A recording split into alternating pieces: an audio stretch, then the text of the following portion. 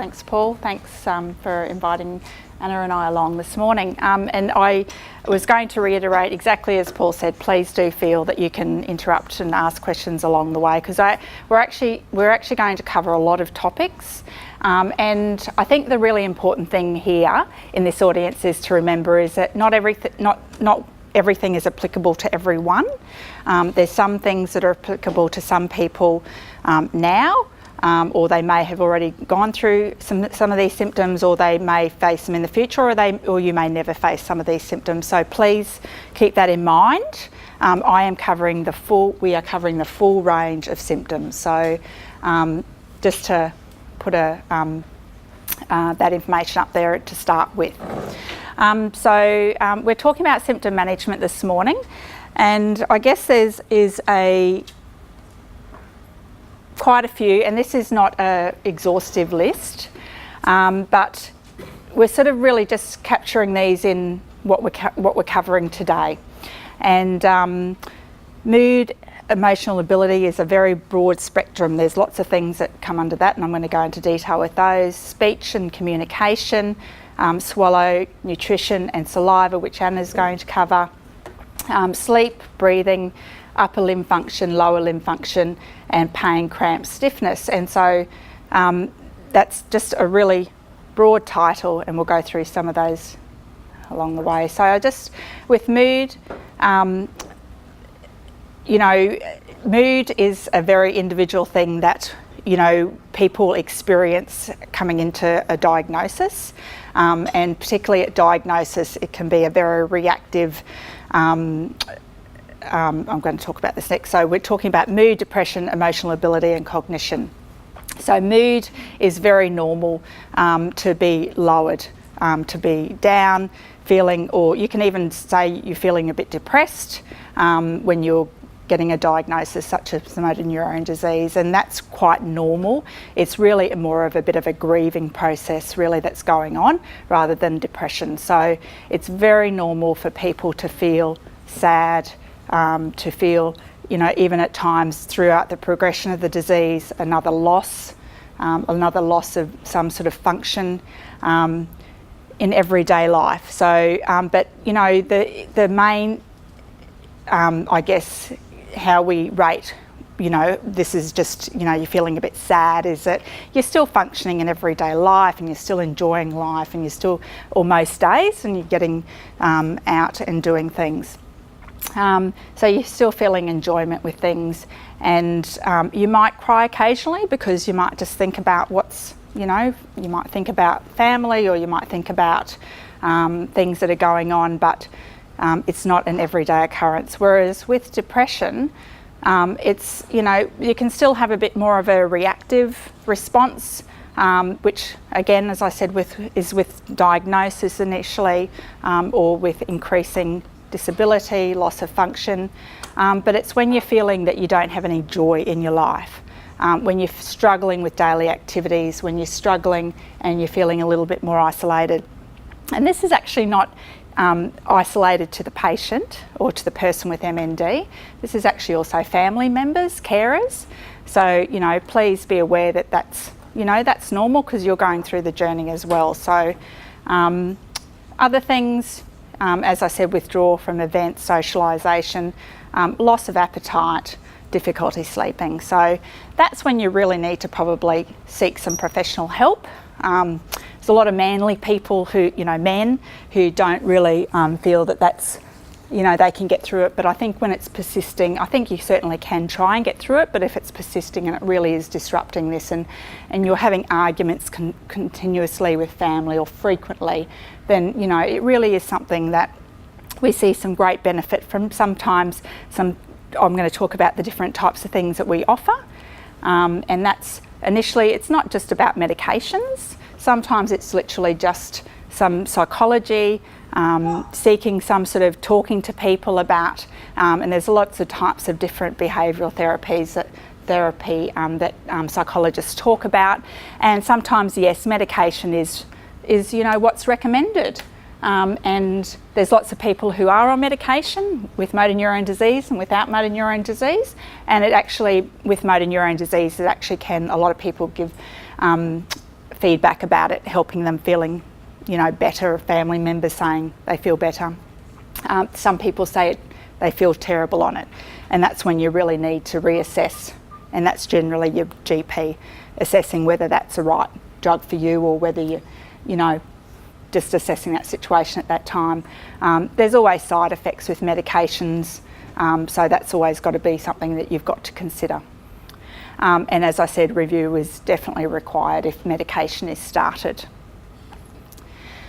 So emotional ability, I don't know if everybody in this room would have heard of that, and it's actually not applicable to all of motor neurone disease. It's different types of motor neurone disease, which is what this talk wasn't really about today. But so as I said earlier, this is not applicable to everybody, but sometimes some people do have quite easy laughter, quite excessive laughter, at something that's not necessarily funny, or something that is funny but it just goes on and on and on, or crying, similar thing, or sometimes inappropriate, so crying at something that's actually funny, or laughing at something that's actually not funny. So that's what we call emotional ability or emotional incontinence, and really it's not something that we find in clinical practice from patient reporting back to us that is normally a really big issue. It's more about understanding what it is and then managing it from there. And am I not on speaker? Oh, sorry. Sorry, if people at the back couldn't hear me, I apologise. So it's not about it's just understanding what it is, really. And actually, again, over the years of experience with this and seeing people experience this symptom, is that you often, when you see it occur, it's actually better to just move on, acknowledging that it's happening, but actually just move on with what you're doing at the time, conversation, engagement, whatever, because patients have actually acknowledged to me many times over the years, but when people start sort of fluffing around somebody, they, you know, oh, you'll be all right, or, you know, it actually continues on. It gets worse and it gets worse. It doesn't actually, you know, die down. And so, you know, there's certainly acknowledgement of it, but it actually doesn't really mean too much. It's more when it's a bit more embarrassing to people. That's really when we get concerned, when people feed that back to us. So if they're out and they feel a bit embarrassed by it happening. So there's certainly some medications that can help settle that down a little bit or completely, but that's again something, you know, you should be really talking to your neurologist about. So I did pop this in. And this is really more about people who have a bit of, who have neck muscle weakness. And it's a really challenging symptom, extremely challenging. That's a picture of a headmaster collar, which is something that we recommend quite frequently at the Royal Brisbane Hospital and Prince Charles, where I work. It's not available at the PA hospital. I've worked at that clinic as well, unless it is now. And really the feedback I get from patients is that it's not really that comfortable, beneficial, or it may be beneficial for a short period. It's probably more beneficial when you're in a car and you're transporting somewhere, when the head's jiggling around. That'd be right, maybe? Yes, we've got one. I found, the physio from Berkeley found another system from Sheffield University. Sheffield, yeah. Yep. Have you seen that? Yep, yeah. Yep. So there's been a prototype going on for some time from Sheffield University, but I don't know if it's to market yet. And it's got a lot more range of movement and flexibility with the support, but it's not to market yet that I was aware of. And inevitably, as John is wearing here, sorry, John, is, you know, soft collars, but they're, you know, you just got to find out really what works for you. It's a challenging symptom. So cognition I'm not going into today. I think it's a way too complex area that I don't know much about, but I guess I've been in the area of motor neurone disease for 14 years, and initially when I started in the area, all the people around the world would say, the doctors that I work with, the neurologists would say, look, you know, your brain's not affected. And that's largely true, except there's increasing evidence that from a day-to-day, viewpoint, that's certainly true. But there is a bit more evidence, and we're doing some research on that, as a lot of other people are, that there certainly can be some little changes that aren't always really detectable to most people. But then there's some more certainly significant involvement that the majority of people don't really experience, and I've just listed more of behaviour, speech, and a totally separate diagnosis called frontotemporal dementia is a very, very small percentage of patients. So that's a talk for another day, maybe for Dr. Henderson. And I'm going to hand over to Anna now. Great. Speech is a complex act, so it requires the coordination of a number of, we call them subsystems. So obviously, firstly, respiratory, so we need enough breath support coming. Okay, sorry. Respiratory support, so enough air coming from your lungs, from your diaphragm, up through your voice box, or your larynx, so which is where the noise and the sound is generated from your vocal folds vibrating. Obviously, as the vocal folds vibrate, you get different pitches and volume, and then that noise, that sound, that phonation is then articulated with your tongue and your lips, and also your soft palate as well. So that sort of soft palate at the back of your throat rises and falls to create different airway closure at the back of your throat. So and this all happens so quickly, and sort of you're not really thinking about it at the time. So it's a really complex event that's happening. So we have the respiratory system, the phonatory system, the resonance system. So what I'm talking about there is how the soft palate rises and falls in terms of valving. The articulation system, so how your lips and tongue work to create the sounds. And then also the overall sort of rate and rise or fall is the prosody of speech. So it's quite a complex system with many muscles involved. So when we talk about the speech weakness in MND, we're talking about dysarthria. So this is a motor speech disorder caused from neurological damage, and so it's where the muscles you use for speech are a bit weak, or you have difficulty controlling them, and so the speech may sound a little bit slurred, and there may be a fatigue effect by the time you get to the end of the day.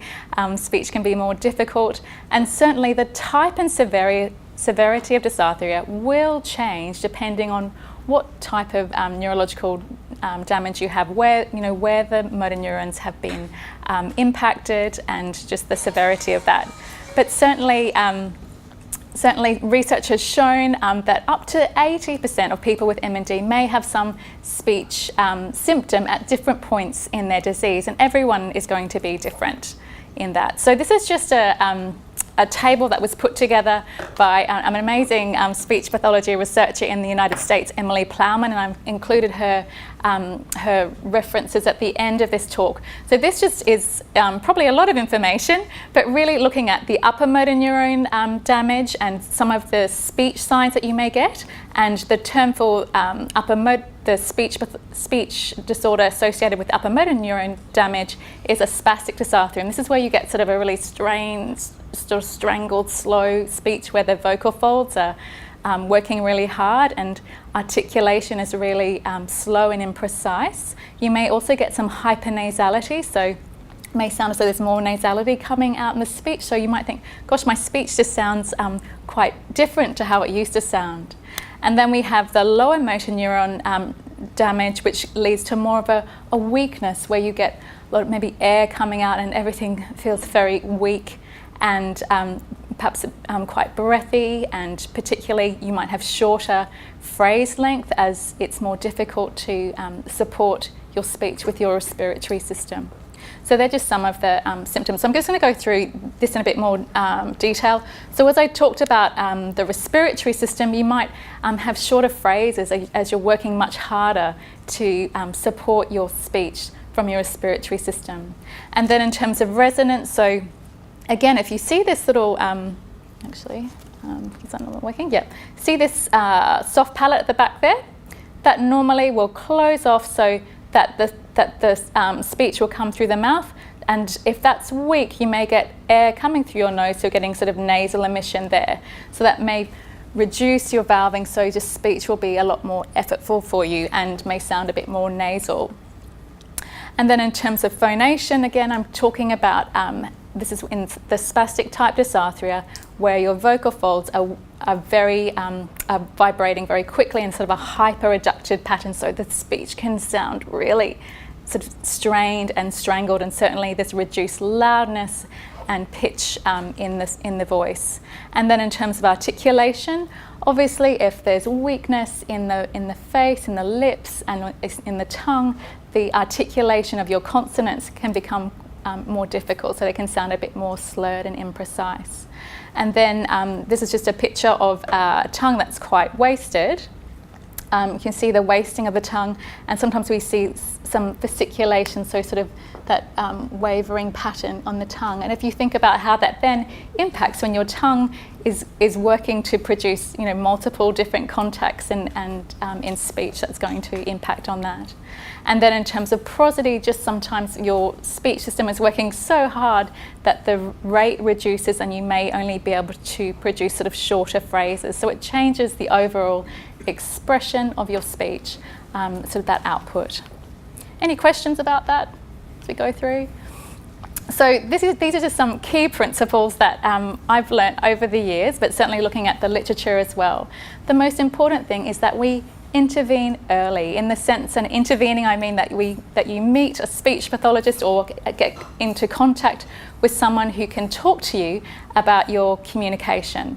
So this enables the speech pathologist to meet you and your family and talk to you about, what is your normal communication like? You might be a very introverted person who doesn't really like talking to people. So we don't want to change that about you. It's very much about us meeting you and getting a sense of what your speech is like at the moment, and providing information and education really to prepare you for some of the things that may be ahead. But again, as Nicole said, everyone's journey is a bit different, so it's important that we provide the right information at the right time, and so that's where it's about meeting people earlier on. We are very passionate in our clinic about a focus on functional communication. So we want you to have the best communication that you can. Certainly there's been a big review of the efficacy or the effectiveness of muscle strengthening exercises, and that was published by Emily Plowman. And really at the moment there's no conclusive data to support doing oromotor exercises to improve your speech. So we really, there's other trials that are going on at the moment. As soon as those results come through, we'll be sharing them with people. But really our key focus is that speech is exercise for speech. So your everyday conversations, focusing on the quality of your, going out to a cafe and talking, or, your everyday conversations with the people that you care about is actually really important, and that's everyday communication. And we also would emphasise just that you have regular reviews with a speech pathologist when you have a change in your communication. So just so the speech pathologist can review how things are going, because things will change over time. And generally we say probably 4 to 6 weekly reviews would be quite helpful in terms of monitoring how things are going. Okay, so this is just some key stages in sort of speech presentation in motor neurone disease. Again, everyone is different. This comes from a researcher and speech pathologist in the United States, but really there's kind of 4 key stages that we'll go through. And Joe Duffy, who's this man down here, he is quite a famous speech pathologist from the Mayo Clinic in the States, and he's written a lot of books on speech disorders, and his key emphasis in his most recent book around motor speech was that we do the right things for people at the right time in this condition, so being able to provide people with support across the journey.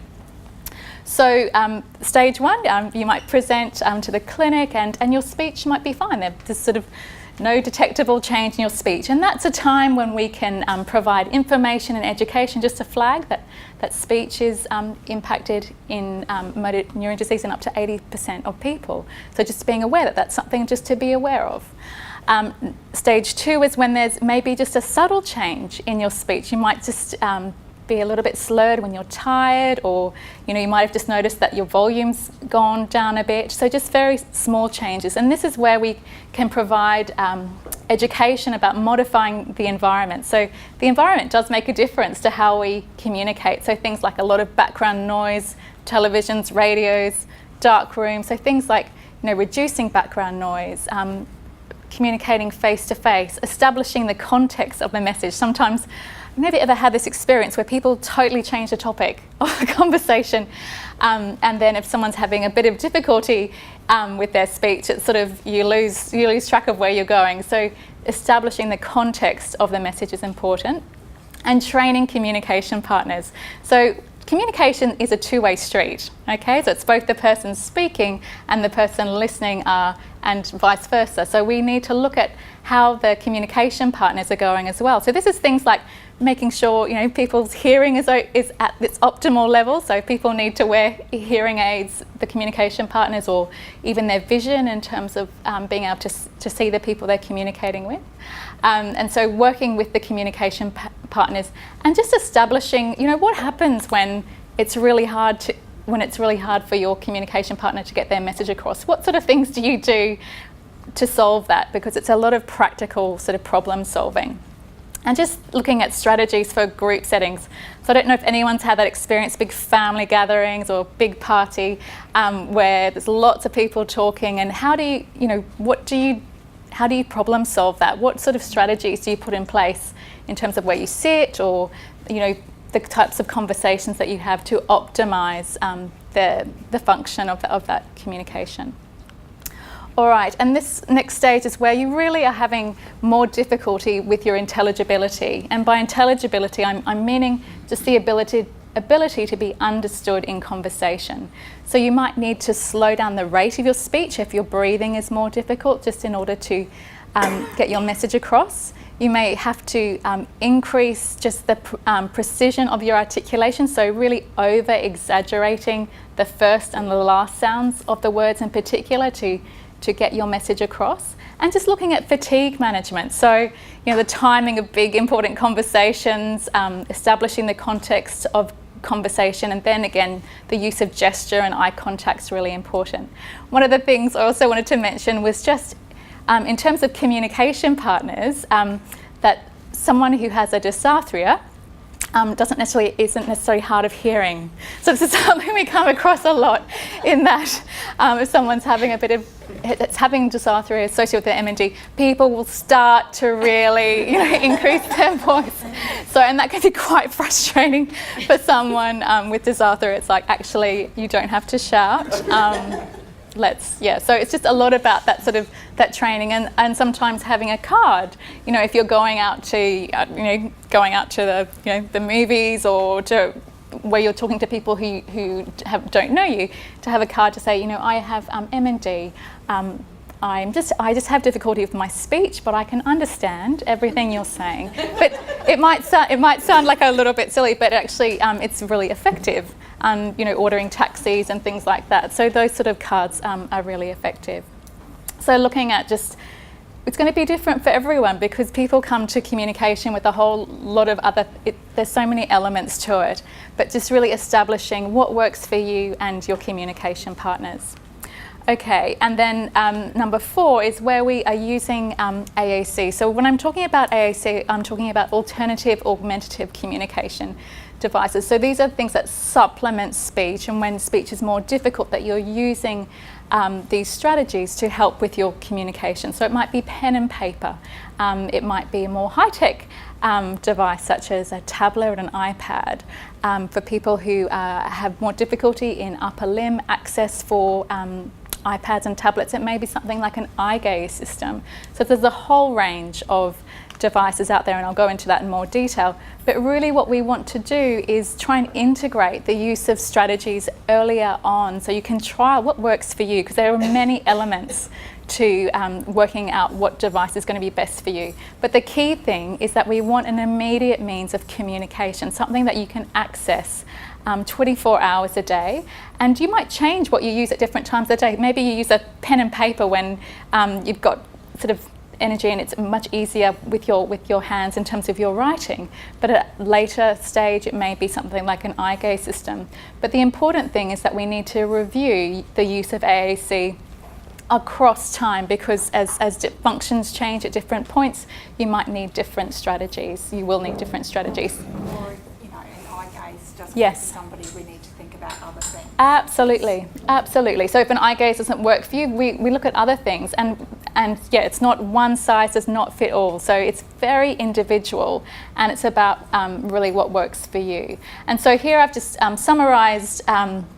People often say low tech or high tech, but I actually like to refer to it as rapid access. So this is a thing that doesn't, you don't have to plug it in, or it's not about, doesn't need electricity. So things like pen and paper can actually be very effective in people carrying around a notebook with them, or an alphabet board in terms of clarifying what's the first sound of the word that you're going to be communicating with. So it's having a range of devices that are going to be useful for you.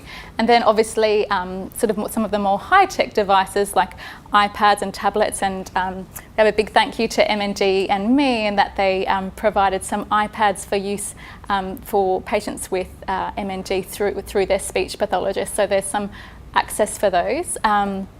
And then obviously the Tobii eye gaze system and other eye gaze systems, and certainly you'll need to have your speech pathologist involved with any of these systems, and occupational therapy as well. It's very much a team approach with looking at augmentative communication.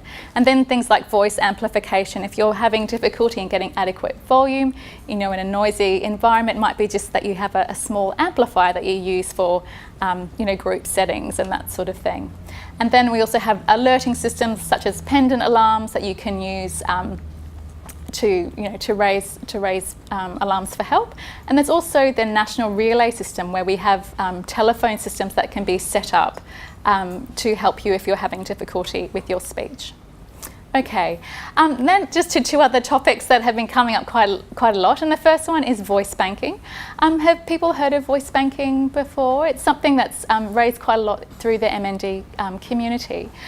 So what the purpose of voice banking is to record a number of phrases, and often it takes up to 8 to 12 hours to do the recordings. And the purpose of these recordings is that it's then used to create a synthesized version of your voice that can be loaded onto an AAC device. So certainly we've started a bit of piloting of voice banking, and there's some big lessons learned for us, and we're certainly finding there are a few barriers in that it just does take a very long time, and people do get very fatigued. And the other thing we're finding is that we really need to do it much earlier in terms of people who are having more speech difficulties. It's much more challenging to do the voice banking at the stage probably that we're seeing them. So we're so watch this space, but we're certainly not demanding that people do voice banking at all. It's more something that we're piloting, but certainly we're aware of some of these limitations. The other thing around message banking, which I really wanted to raise, because this is a great opportunity for people to do video recordings for family and friends of, perhaps it's about the story about how you met your spouse, or a very special family holiday, or things about your family history that you really want to, funny story, something embarrassing that happened at school, I don't know, something that you would love to have as a memory there, and something you could share with family at different and friends at different forums. So sometimes putting together some vignettes of those things can be really really helpful, and a lovely sort of communication stimulus as well. So we'd really encourage you to think about that. Okay, so now I'm going to move on to swallowing. So we use the same sort of groups of muscles for swallowing as we do for speech. So I'm just going to go into a bit about the phases of swallowing, some of the swallowing difficulties we see in MND, and then a bit about nutrition and the use of pegs and rig tubes. So when we see the structures for normal swallowing, the key things really are the oral cavity here, the back of the throat, so the pharynx, and you can see this little structure here called the epiglottis, and that's really functions like a bit of a rubbish bin lid to close over and allow food to go into this tube here, which is the esophagus, and down here we have your windpipe, and here we have the vocal fold. So they're just sort of the key structures in swallowing. So there are three, in essence, it's quite a very complex act again, swallowing, but just breaking it down into three simple phases. The oral phase, where we chew and chew the food, and it's very much under our voluntary control. We move the food back with our tongue, and then we move into the pharyngeal phase, where that's a more involuntary act, so the swallow reflex is triggered, where we see the movement of the larynx anteriorly, so up and out of the way, and then the vocal folds closing to then allow the food to go down into the esophagus. So the esophageal phase is where the food goes through the esophagus down towards your stomach. And again, it happens all very quickly. So when we're talking about swallowing difficulties, you may have heard the term dysphagia. Have people come across that word? So dysphagia is a term used for, it's a Greek word, used for the term for swallowing disorders. And there may be some other words that you may hear around dysphagia. And the first one is this one just around airway penetration. This is sort of a child's drawing of what happens when water or liquid is just going down the wrong way. So at this level here we have the vocal fold. So we say airway penetration is when the fluid or food goes down to the level of the vocal folds, and aspiration is when the food or fluid goes below the level of the vocal folds into the airway, the trachea, down towards your lungs. And sometimes we often find that that aspirated material, sometimes you might have a cough reflex, you might clearing your throat, but at other times it might happen silently, so there may not be a cough response to that fluid or food going down the wrong way. So they're just some of the terminology that you may hear around dysphagia. So what I've done here is just summarise just a few of the symptoms that we see across different types of MND in the oral phase. So certainly if you think about if we have weakness in your lips or in your tongue, it's going to take extra time to chew food in the mouth, and certainly people may have difficulty with either dry mouth or excessive saliva, so that may impact on the swallowing in the oral phase. And you may get some food coming out of the side of the mouth, or you might have food just sticking in the sides of the mouth as well. So just that chewing process can be quite difficult. And just as something to try yourself, if you just try and swallow now your saliva with your mouth open, how does that feel? Is that more difficult?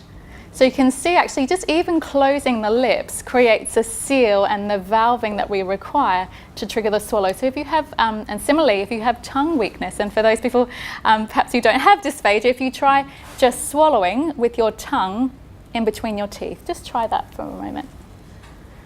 Is that hard? Yeah, can you see the extra effort that's required when you don't have that, that strong posterior movement of the tongue? Okay, so then the pharyngeal phase, and remember I talked about this being more an involuntary phase, so it's a trigger. So what we see in MND is sometimes the force of the contractions is reduced, and there might be a more delay in the pharyngeal response and just a reduced valving. So again, if we have weakness in this area, so this soft palate here, if there's weakness in that not elevating correctly, we can have air coming up through this direction, so that reduces the valving that pushes the food down towards the food pipe, the esophagus. So you might also find that food sticks in the back of your throat, and certainly we have some pockets at the back of our throat called the valleculae, and if the drive and the strength of that phase is not adequate, you might just feel food and fluids just sticking in your throat and be like constantly trying to clear that, so that feeling of food being stuck in your throat. And similarly, the other phase in terms of the esophageal phase, where we're talking about this upper esophageal sphincter, that may not close and sometimes may spasm, and so you might get food being refluxed up through this area here, and it may be more difficult in terms of the movement of the bolus through the esophagus. Okay, so that's just a bit of an overview, but in terms of some strategies that may help, I have to preface this by saying everyone will have different swallowing difficulties, so it's so important that the strategies are individualised for you. So speaking to your speech pathologist and working with a dietitian is so key to ensuring that you have the right strategies for you. Okay, so as I said before with speech, the best exercise for swallowing is swallowing. So we know this from a lot of research out there in terms of using the pathways, using the muscles for swallowing is the best exercise for swallowing. Very important in terms of positioning. If you think about when you're lying back, reclined, your airway is sort of open, so really the best posture is to be sitting upright.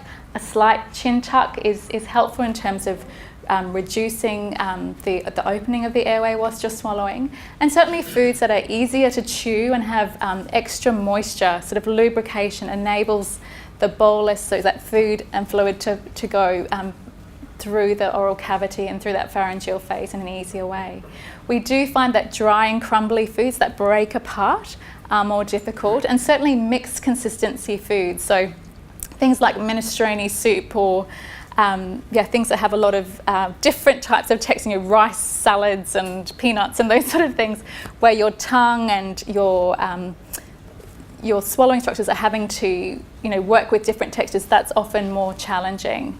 And then in terms of fatigue, we do know that there can be a fatigue with your swallowing, so it may be just changing a bit around how you do your meals, so maybe having smaller, more frequent meals through the day rather than massive 3 or 4 course meals. So that can be helpful, but again, really important you talk to your speech pathologist about specific strategies and equipment, because there may be certain cups that may assist you with your swallowing, certain straws in terms of valving straws that may assist you as well. Medications. So very important that you talk to your pharmacist or your GP before changing any of your medications, but we do know that people do struggle with swallowing of their medications, and particularly we recommend talking to your GP before cutting or crushing anything, because that does change the way the medications work. Certainly anecdotally we do find that coating medications in yogurt or custard really helps sort of lubricate tablets so they are able to be swallowed more easily. But again, talk to your speech pathologist, but that's something to be aware of. And then in terms of diet textures, again, we talked that you may need to modify some of your diet. So this is just an example of just sort of more a full textured diet where you might have crumbed steak and that sort of thing, and then going to more softer texture, and then things that are more minced with extra gravy, and then more the pureed type textures. So it's really important to work with your speech pathologist and dietitian about what works for you. Some other strategies that we use in the clinic, sometimes we do find that either hot or cold temperatures assist with stimulating swallowing, and certainly some people report that carbonation, also carbonated thin fluids, also may help with the stimulation of their swallowing, and certainly thickeners may be used. Obviously thickening fluids does slow the movement of the fluids, particularly in that pharyngeal phase. So that's the kind of rationale behind that is around the viscosity of the fluids. However, your speech pathologist will assess, what's going to be best for you. And one of the things we do want to stress is that actually things that are too thick can actually be much more difficult to swallow and to move. If you've got a lot of residue in the back of your throat, having a really thick drink could actually be more difficult than having something that's perhaps like a nectar thickness fluid. It may be helpful to alternate food with sips of fluid just to clear things through the pharynx, and also just to be checking your mouth for any food or fluid residue. And then obviously the most important thing is that you enjoy what you're eating.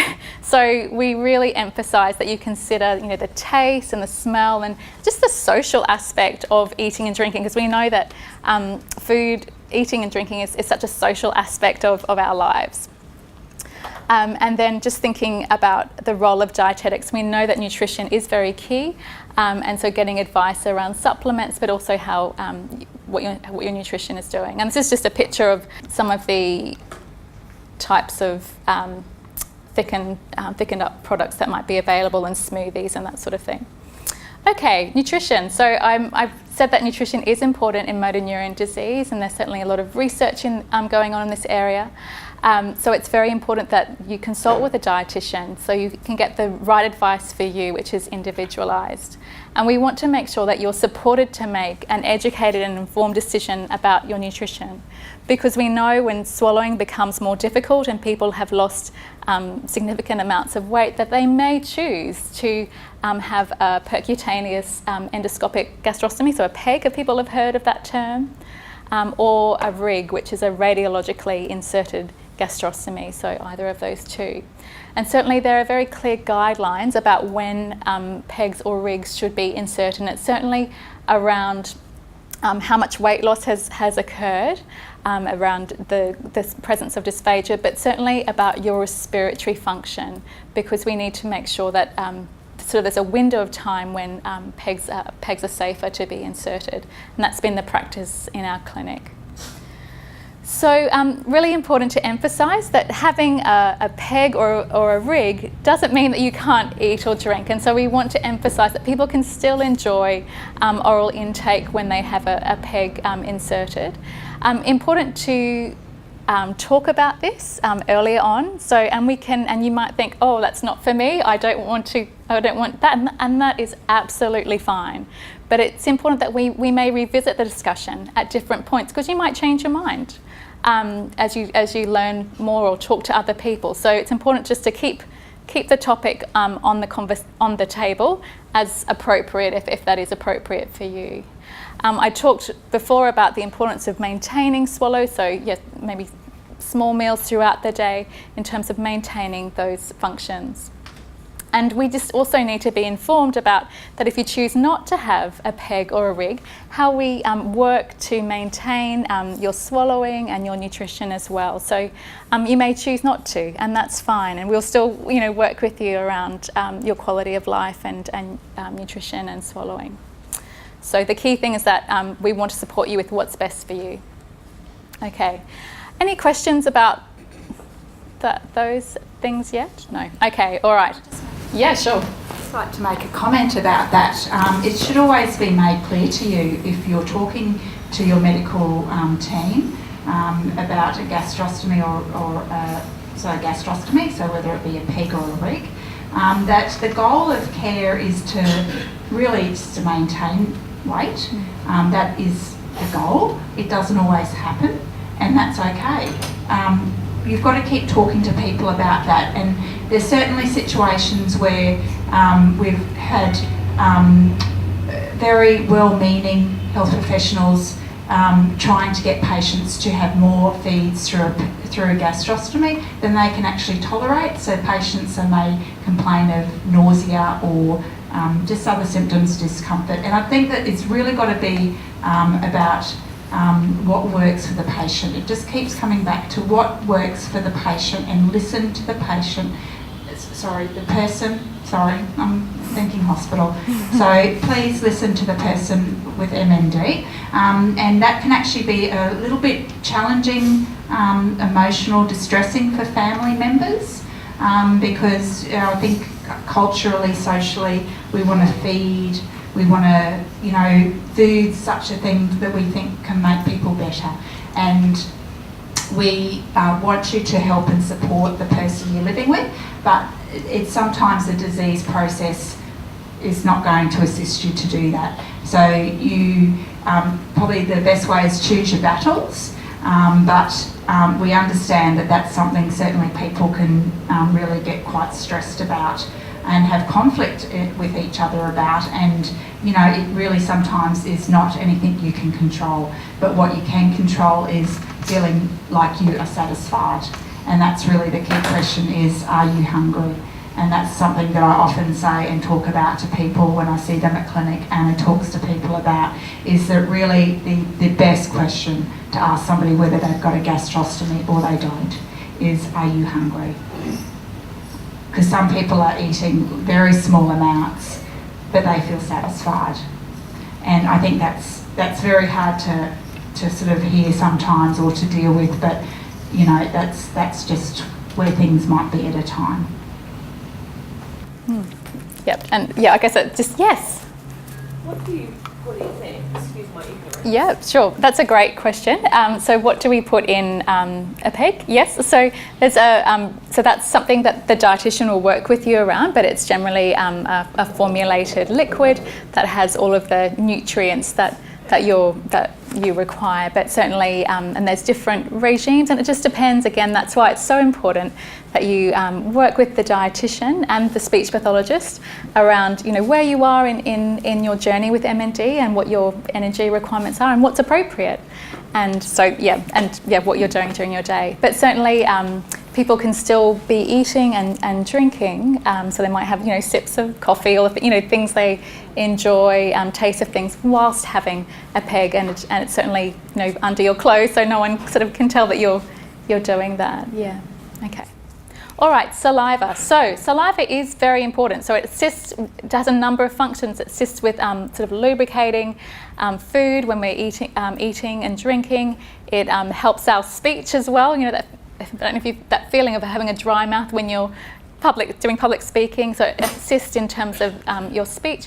It also assists with oral hygiene, which is really important in terms of managing all the microorganisms that live in our mouths. It helps with our taste, and it also starts the digestion process in the mouth. And you can see here there's a picture of the salivary glands and in the oral cavity. Okay. So saliva management. There's been a recent review of saliva in the National Institute of Clinical Excellence from the UK, which has looked at how saliva is managed in MND. And they have reported up to 50% of people with MND experience issues with saliva. But the first thing that we ask in the clinic is, what's the difficulty? Is it too thin? Is it too thick? At what times of the day are you experiencing saliva issues? And then there may be two different types of treatment avenues. There may be the pharmacological, so more medication treatments, or non-pharmacological treatments. So we'll just go through those now. So in terms of non-pharmacological treatments, if someone's having excessive thin saliva, we look at how people's swallow is. We look at their oral care. Certainly positioning and swallowing strategies may be effective in helping some of that. It may be just that as the swallow is more weaker, that it's more difficult to get rid of just the normal saliva production. So we're looking at those strategies. Some people have found that dark grape juice does assist with saliva, and that's an anecdotal report from patients. Exactly what the mechanism is, we're not 100% sure, but certainly that has been reported. Then thick saliva. Really, with thick saliva, we're very interested in what someone's hydration is, because sometimes people, as swallowing becomes more difficult, they may not drink as much water, and so the saliva may become thicker. So we're looking at positioning again with thicker saliva, and then some other juices that are found to be helpful in enzymes, so pineapple juice, papaya enzymes, and the dark grape juice as well. So they're some of the non-pharmacological approaches. And certainly we will always sort of opt for that as our first line in the clinic, and looking at these overall non-pharmacological strategies. But it may be that that may not work for you, and so there are other options, and this is where it's really important to talk to your neurologist and doctor about perhaps for the thin excessive saliva, where you may have a lot of secretions, looking at drugs like glycopyrrolate. It may be appropriate to have Botox if that's been assessed by the neurologist, and also in collaboration with the speech pathologist and dietitian. And certainly radiation therapy has also been used to impact the submandibular glands and the parotid glands. And in terms of some other pharmacological treatments for thick saliva, things like humidification and nebulizers have been found to be quite effective, as well as some people may use some suction as well. Really important to emphasise though that we would never support sort of deep suctioning, just in terms of trauma and the comfort for our people with MND. We're always about your quality of life and comfort. Okay, moving on to sleep and breathing. I hope people felt that was quite valuable. I know that really speech and swallow, saliva is probably the most challenging symptom, but certainly all that information from Anna I think is really highly valuable, and it really required the time that she spent on it, and it was clearly very detailed.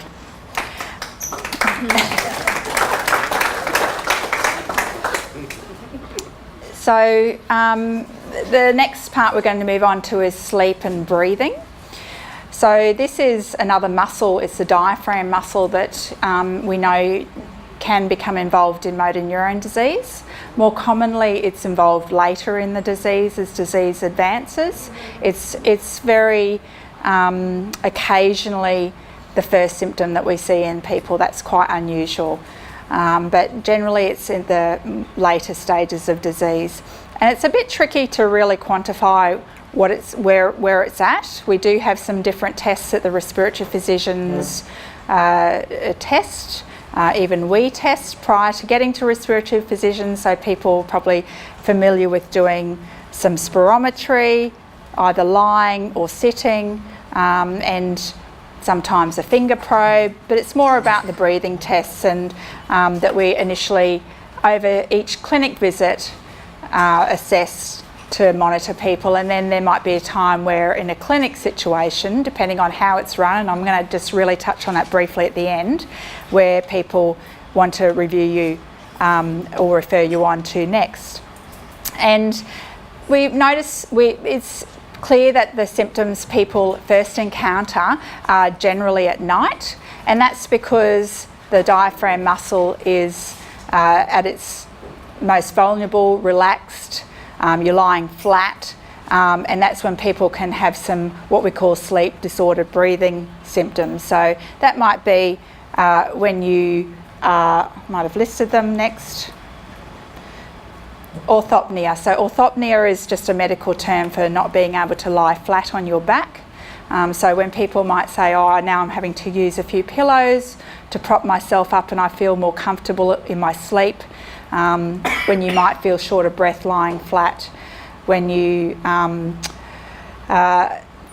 waking at night for no reason. Sometimes people say, oh, you'll go to the toilet, but sometimes it's excessive, might be increasing, or they might say, I don't know why I'm waking. Headache on waking is also a symptom that sometimes people complain of that generally goes away. It might not be every morning, but you might notice them occasionally, or they might increase.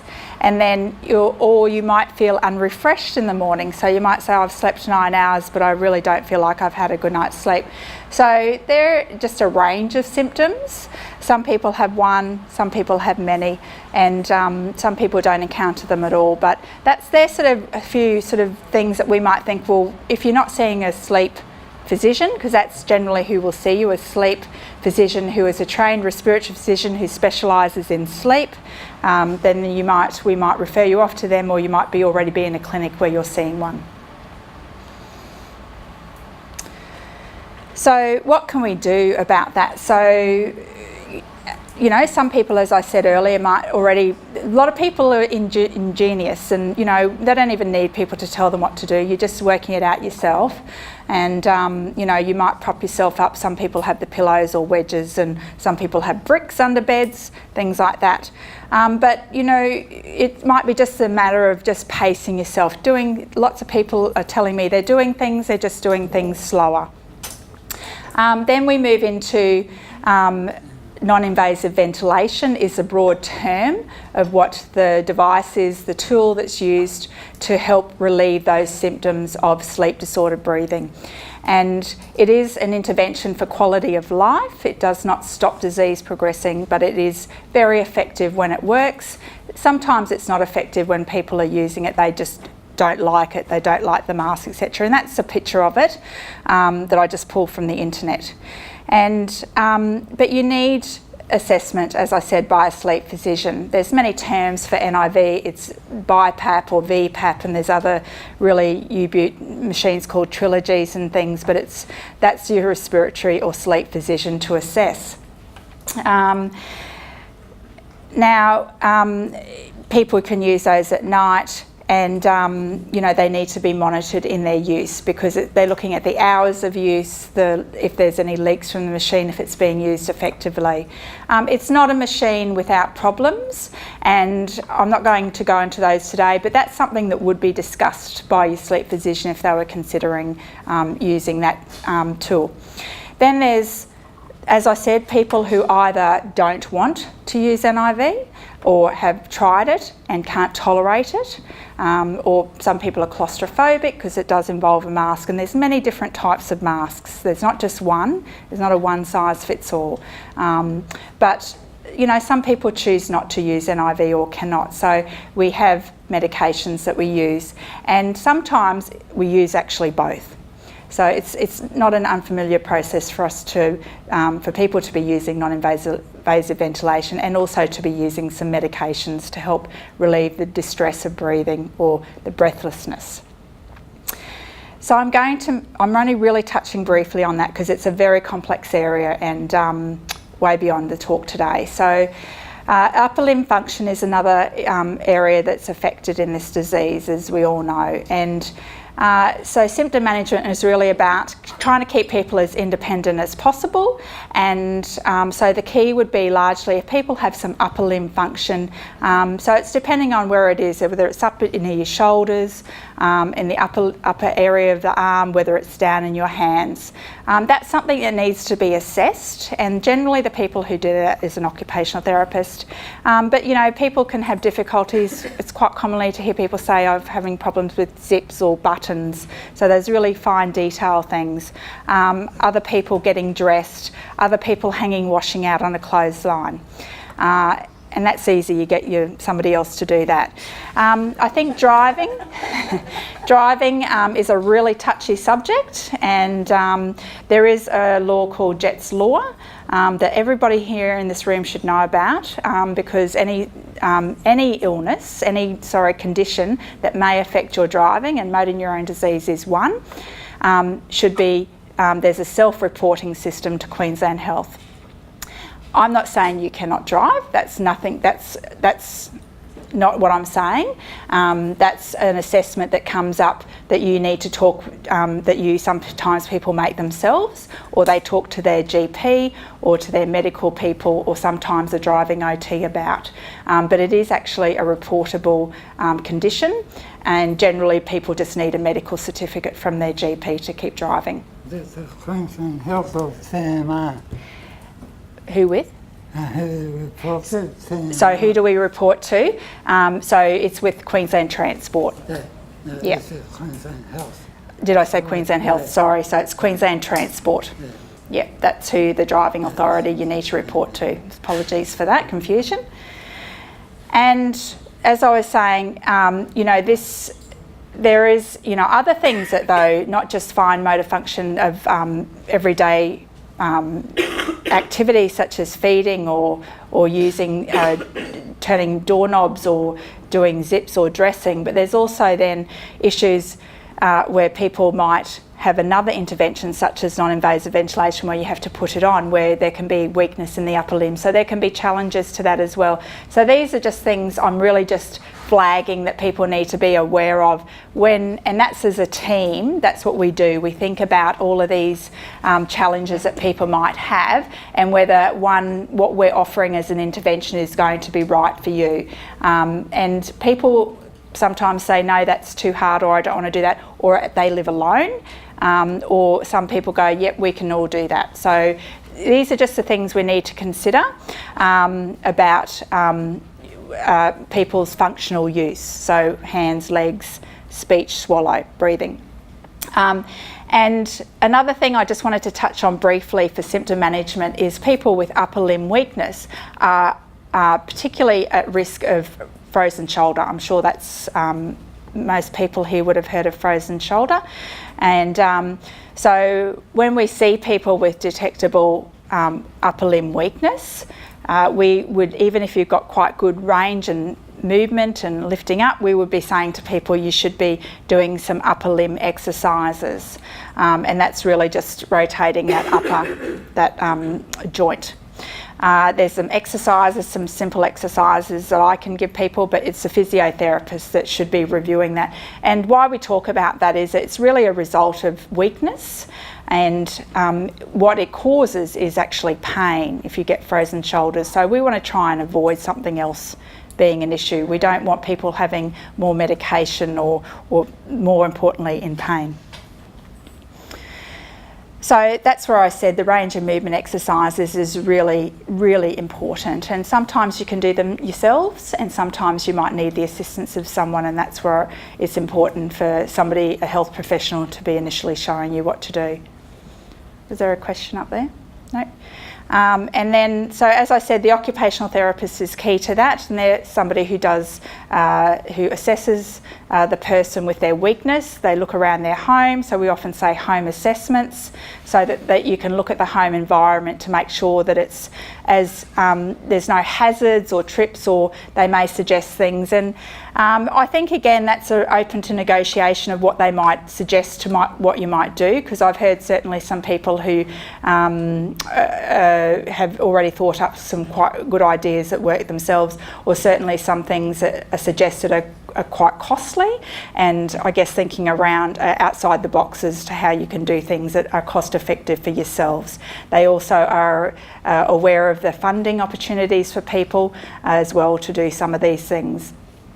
Aids and equipment such as shower chairs, they're also clearly assistive with working with a speech pathologist for some communication aids, for getting mounting equipment for wheelchairs, working with it's sometimes, to me, even though I've worked in this area a long time, it's a bit of a blur between physios and OTs who organise wheelchairs, and so that's their role as well. And those things can sometimes take time if they're not available, if it's from like MND or if they don't have something suitable. So lower limb weakness is another area that people may encounter as well.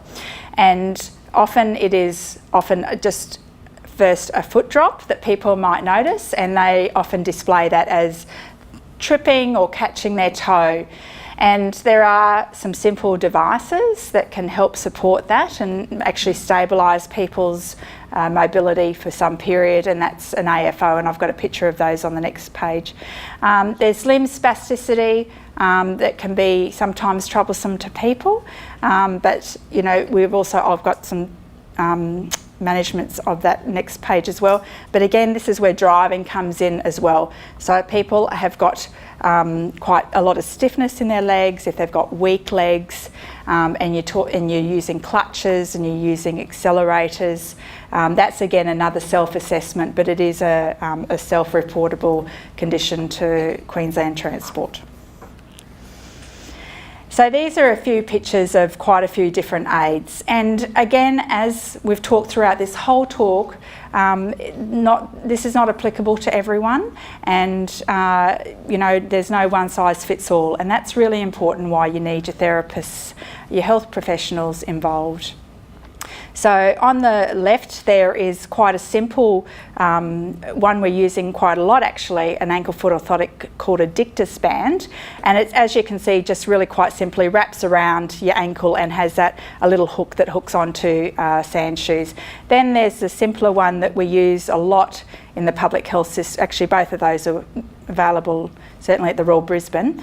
And then you've got your different types of walking aids, your sticks, then wheelie walkers, scooters, manual wheelchairs, and the more expensive power wheelchairs on the right, which are really quite invaluable to people for keeping their independence. But again, they all need to be assessed by generally a physiotherapist in saying what's right for you, what works for you and what works for you now, and also thinking ahead, because certainly the power wheelchairs are quite expensive, and if people are eligible for funding, they can actually take many months for them to actually arrive. So it's looking at your home environment as well, to making sure that equipment fits in a house. I hear lots of people say, I've got all this equipment in my house and I don't use it, or you know, and that's also the changing nature sometimes. Sometimes people are using that equipment and they don't require it anymore. Sometimes people want to be ahead of the game, is what people say. That's tricky. That's not always very clear to us, and that can be a frustration to some people who communicate with us. And that's just a work in progress that we have to try and probably improve upon. But it's because everybody is so different, it's a challenge. We don't want to lumber people with things that psychologically could, knock them down, or that, they just don't want all this equipment in their house. So it's very hard for us to have this fleeting involvement with you to really know you. So please tell us if you feel you're not getting something that you feel you need, and we need to listen. So I've really done a really brief overview here of pain, cramps and stiffness. So again, when I first started in this area, and even for many years, people would say there's no pain in MND, there's no pain. Well, there is, and yes, having laughs over there, there is, and we well and truly acknowledge that now, and we do feel though it's generally referred from a weakness. So it's a weakness, as I said earlier, about the shoulder joint, a frozen shoulder occurring, which causes pain. People who have a lot of upper and lower limb immobility, so they might be bedbound or not have a lot of function moving, they might be in a wheelchair. You're not moving like all the people who are walking and turning in bed, and so you're using those joints and moving, so they become stiff and sore. And so we need to listen to that, and there are some simple solutions that we can sometimes offer. There's not always a fix. There's not a one size fits all, or one fix for everything, but we will try and keep working on that. We all should be working on that. Cramps, again, are more, and stiffness are probably related to those people who are more have the upper motor neurone symptoms, so the brisk reflexes. But everybody's very individual in describing these, and again, we need to listen to what's happening with people. And some people, they say it's just awful, I can't sleep, and it's really disturbing me. A lot of people go, oh look, I have them every now and again, and they're not really too much of a worry to me.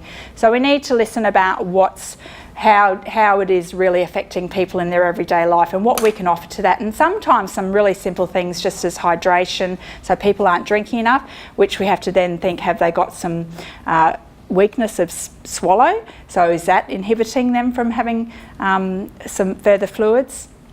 And that's also something I would say, bringing into people who have lower limb weakness. People we have found don't drink much, so that they don't have to get to the toilet as much, or they don't bother somebody to get them to the toilet enough. So these are things that we're aware can have a bit of a confounding effect, and we need to be thinking about how can we make things easier or better, so that these issues aren't occurring. Magnesium and calcium is something that we do often talk about in clinic, about just adding that. But then there are some people who just say it's really terrible, and there are some medications you can talk to your doctor about. But that's, in my experience, not too often that we do that. People go, oh look, it's not bad enough for medication. And as I said, stiffness, again, going back to that range of movement. So getting a therapist to review you. Some people have massage therapists. It's just getting a therapist who can just give you some simple exercises, can show the family. And if people can do themselves, or family members are happy to help, sometimes there's respite carers that can help. We would be encouraging that to happen. But that's largely people who are having a lot of stiffness and pain. And I put this one on the end because I do think constipation is again a big issue, and that's still again going into the I'm not drinking enough because I am having difficulty swallowing, or I'm not drinking much because I'm would have to go to the toilet and I'm here by myself all day, or I'd have to ask somebody to help me to get to the toilet, or I might be on medications that are making me constipated. So these are, or I'm in a wheelchair and I'm inactive. So there's a combination, the golden triangle of keeping bowels active is activity, diet, fluid.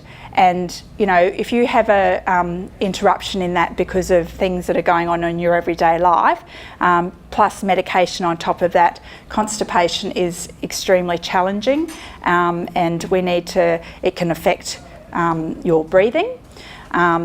And we need to acknowledge that. And as I should add, the medications that we might be giving you for your saliva can dry up all the secretions in your body, causing constipation. Or medications we're suggesting for your breathing to stop breathlessness can make you constipated. Or medications we're suggesting, if pain was quite terrible for some reason, it may make you constipated. But you've got to weigh up why. I'm not saying you shouldn't have medications for saliva or breathing symptoms, because you should when they're recommended. That's why we're recommending them.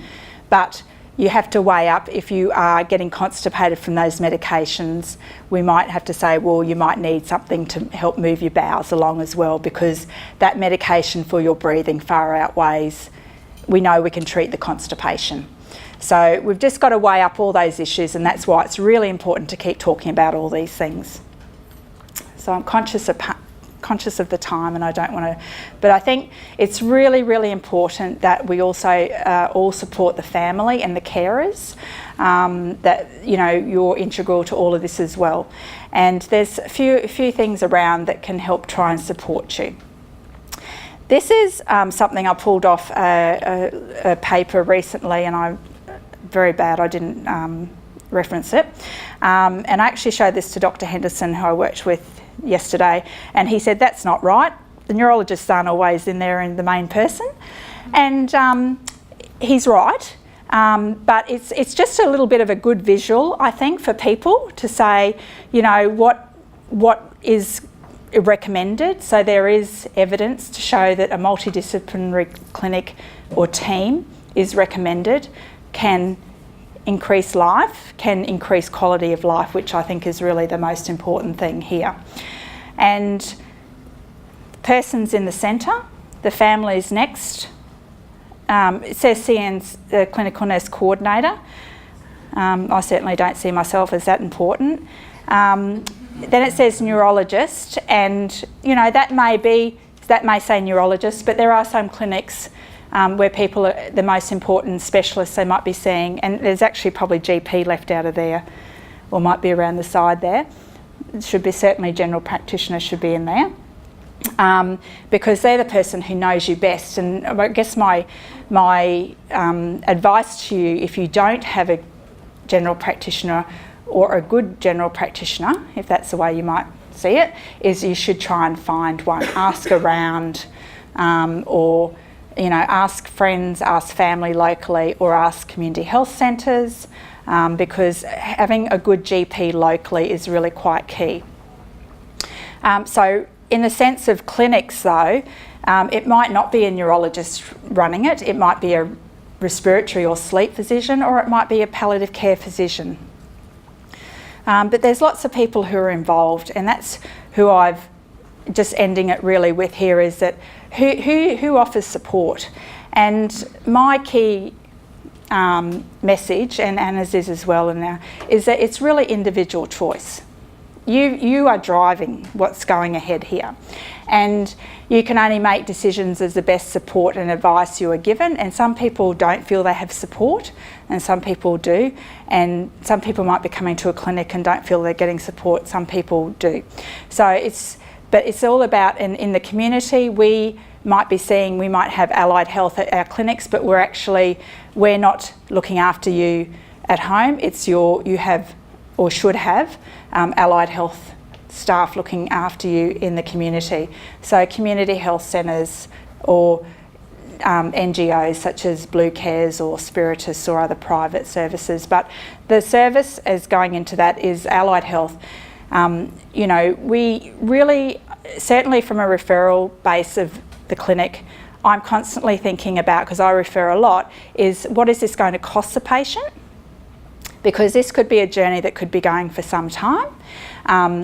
And what is, you know, this is because this has got to be a chronic disease, is how we would class it, in being there's got to be some continuity of care. These people need to get to know you a bit better and be giving you, knowing what you're saying to them. So that's really important. So allied health are really the most important people that will be seeing you out in the community once you're diagnosed for a range of issues, whether it be speech and swallow, you're seeing a speech pathologist and possibly a dietitian. If you've got some upper limb weakness, you might be seeing an occupational therapist. If you've got some lower limb weakness, you might be seeing a physiotherapist, or a combination of all those people if you're having multiple symptoms. But the aim is not to have people smothering you with medical appointments and that you're feeling quite overwhelmed. If that is happening, you need to renegotiate with that service about that's how you feel, and see if some services can sync things to maybe that's your day that you do that. The person who's probably going to see you the most and most frequently, has Anna said, the speech pathologist, and that might be 4 to 6 weekly, depending on how things are going. Community nursing might become involved, and some people might require domestic help. Sleep physicians, as I said, might be people who might be referred to, and then also palliative care and support services. So all these people are key to symptom management from one time or another, as we've gone through already with a lot of the symptoms. And palliative care is a really emotive service for people when we bring that up in clinic. Some people are not fazed by it. They're a service that in the Royal Brisbane Hospital and at Prince Charles are involved right from the beginning, certainly not the first visit but ongoing. And it's really about getting to know the person and the family. It's not about being the person there saying, right, well, you've got this long to live, because we don't know that. It's about supporting you. It's about symptom management. They're a very good service for symptom management. It's about supporting the family, the person, and yes, it's also about end of life. And that's a discussion that people will have to you over time after they've got to know you.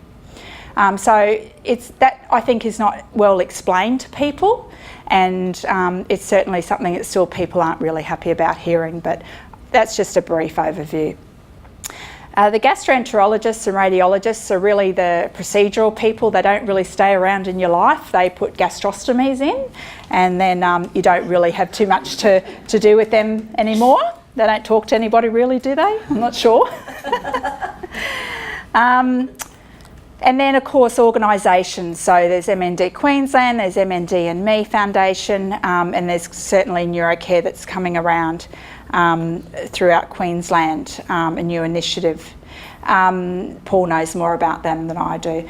So Quada is also an organisation I'd like to highlight to people that I don't think is talked about enough, and they are an advocacy group. They are a government organisation, so I believe that they're free of charge, and they support all those people in those groups. So I believe we're handing on these handouts to Paul later, so don't worry if you haven't got things written down. Moving forward, I think all these things are going to do now and are going to affect services that you have that will help support symptom management. For people under 65, if you're not aware or familiar to these terminology, it's a DSQ, which I know is not right. It's Department of Disability Services Queensland, which I don't even think is right, but something along those lines. So, and then of course NDIS, so the National Disability Insurance Service is rolling out across the country and has gone through a couple of areas in Queensland. I'm not really up to speed with them. It's a challenging, evolving funding source. and I don't think we know enough about it yet to really fully understand it, but it's certainly rolling out in Toowoomba, has rolled out in Townsville some time ago. I think it's going to be, you really need some good advice from your clinic or specialists about what services you should be having because it's going to be about patient choice, and you need to spend that money wisely, I guess is my advice. But sometimes when you don't really know what you've got to spend or what's going to happen, that's also another challenge really that contradicts that. For the over 65s, we've got this really confusing service called My Aged Care, and I'm getting some horrified looks. Is that because you've dealt with them or? No? Okay. So as health professionals, they're quite confusing and difficult, challenging to work with.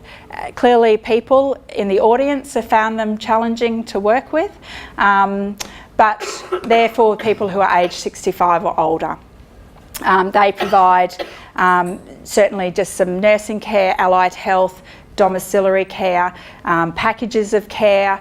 You need to have assessment through them, an ACAT assessment for nursing home, residential aged care facility placement, so nursing home placement. It's a very complex area. No time to go into any of that today, nor would I be able to explain it.